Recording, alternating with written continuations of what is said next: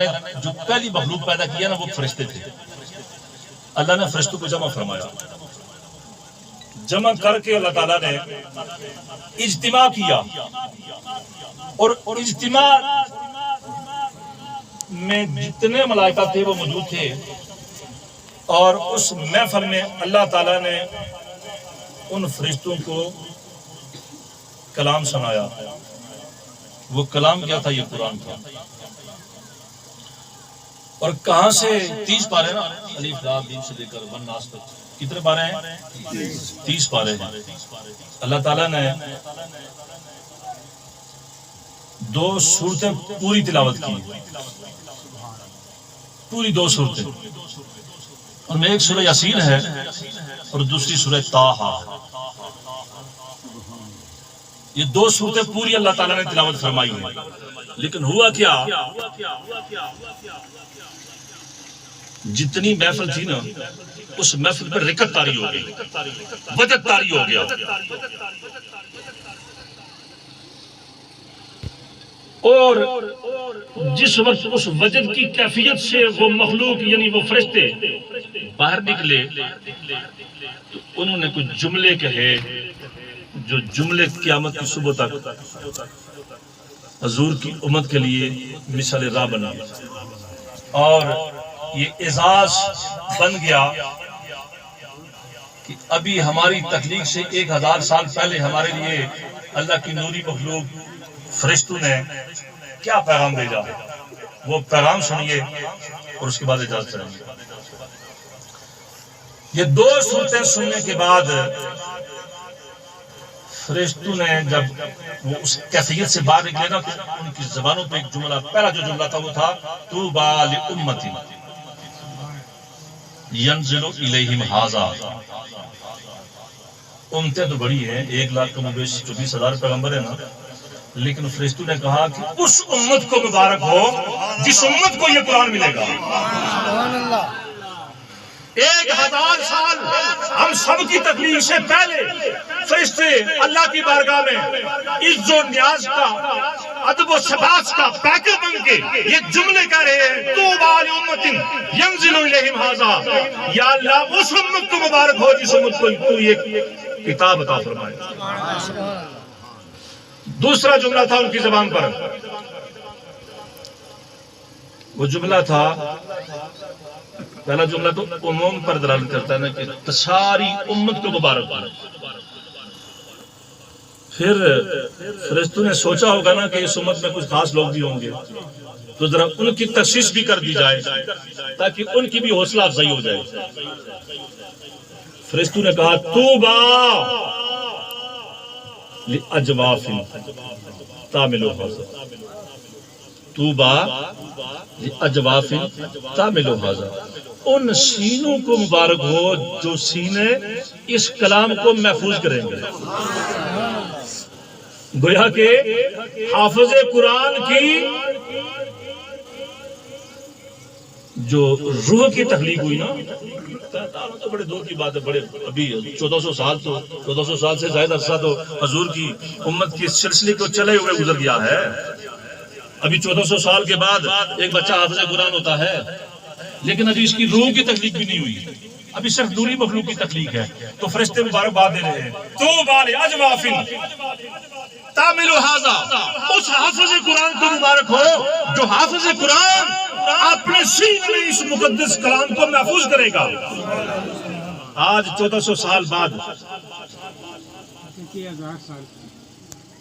کئی ہزار سال گزر گئے نا وہ تو, لیکن آج حضور کی امت میں پیدا ہونے والے ایک حضور کی امتی کو 1400 سال بعد یہ اعزاز حاصل ہو رہا ہے کہ وہ اللہ کے مقدس کلام کو اپنے سینے میں بسا رہا ہے. تو آج جو کئی ہزار سال پہلے فرشتوں نے اللہ کی بارگاہ میں جو اجتماع اللہ کی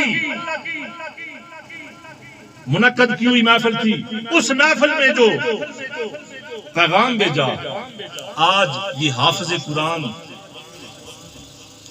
حبیب صاحب خطیب صاحب کے بیٹے خطیب صاحب جنہوں نے حفظ قرآن مکمل کیا ہے, فرشتوں کی اس مبارک بادی کے مستحق ٹھہرے جو انہوں نے اس ساری کائنات کی تخلیق سے 1000 سال پہلے ان کو دی تھی۔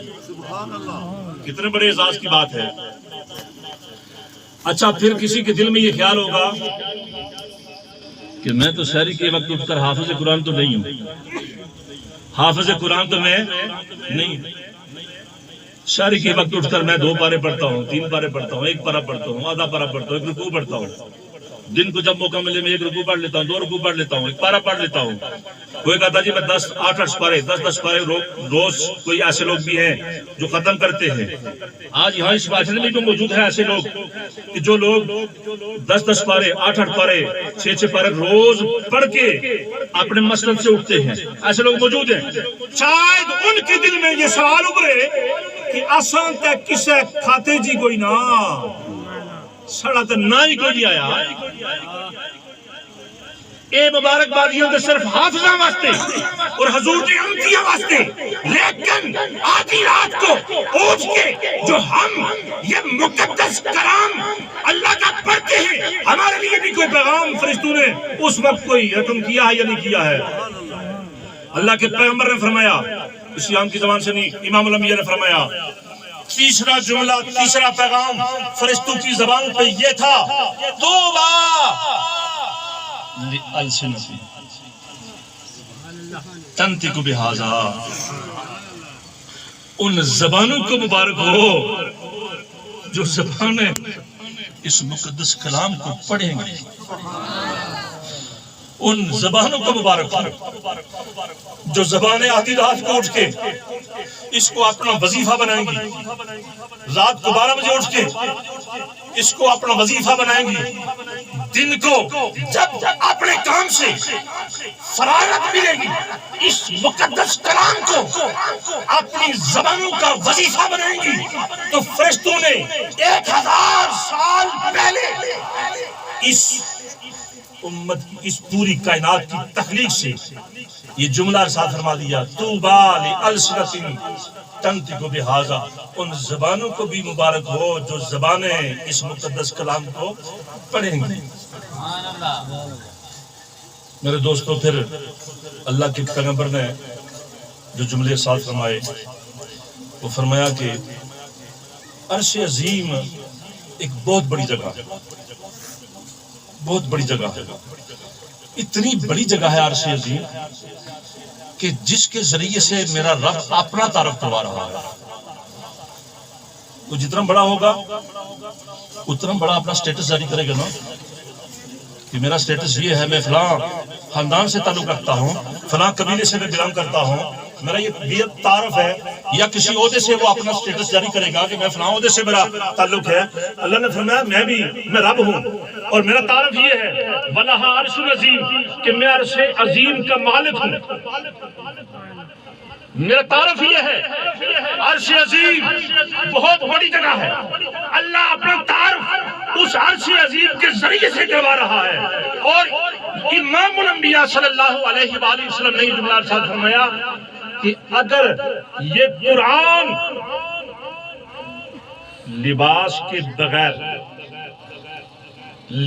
کے بغیر عرش الہی سے نیچے اترتا نا تو عرش الہی بھی اس کی ہیبت سے پگھل جاتا۔ لفظوں کے لباس کے بغیر اگر یہ قرآن اترتا تو پھر عرش الہی بھی اس کی ہیبت سے پگھل جاتا۔ تو اللہ تعالیٰ نے اس کو لباس پہنا کے اس دنیا میں بھیجا ہے، اور اس کو وہ لباس کیا ہے، الف با تا سا جی ہا، یہ اس کا لباس ہے قرآن کا۔ اس لباس میں اللہ تعالیٰ نے قرآن کو اس دنیا میں نازل فرمایا ہے، اور پھر یہ شرف، یہ اعزاز اللہ تعالیٰ نے اپنے محبوب امام الانبیاء کی پیاری امت کو عطا فرمایا کہ جس امت کے حافظ قرآن ہوں گے، جس امت کے قرآن پڑھنے والے لوگ ہوں گے، تو اللہ کے پیغمبر نے فرمایا جب کوئی میرے محبوب کا امتی دن رات کی انتھک محنت کے بعد اس قرآن کو اپنے سینے میں محفوظ کرے گا، نہ صرف ان 1000 سال پہلے کائنات کی تخلیق سے مبارک بادی تعظیم کا مستحق ٹھہرے گا، بلکہ اس کو اعزاز یہ ملے گا کہ اس کے والدین کے سر پر نور کا تاج سجایا جائے گا، جس تاج کی روشنی سورج چاند کی روشنی اس کو دیکھ اس کے سامنے مانگ پڑ جائے گی۔ اور پھر فرشتے ہر سے پوچھیں گے یا اللہ یہ کوئی نبی ہے، یہ پیغمبر ہے، یہ کون ہے؟ اللہ فرمائے گا میرے محبوب کی امت کا وہ ادنا سا شخص ہے کہ جس کے بیٹے نے میری مقدس کلام کو اپنے سینے میں محفوظ کیا تھا، آج اس کے ماں باپ کے لیے یہ اعزاز ہے۔ کہتے ہیں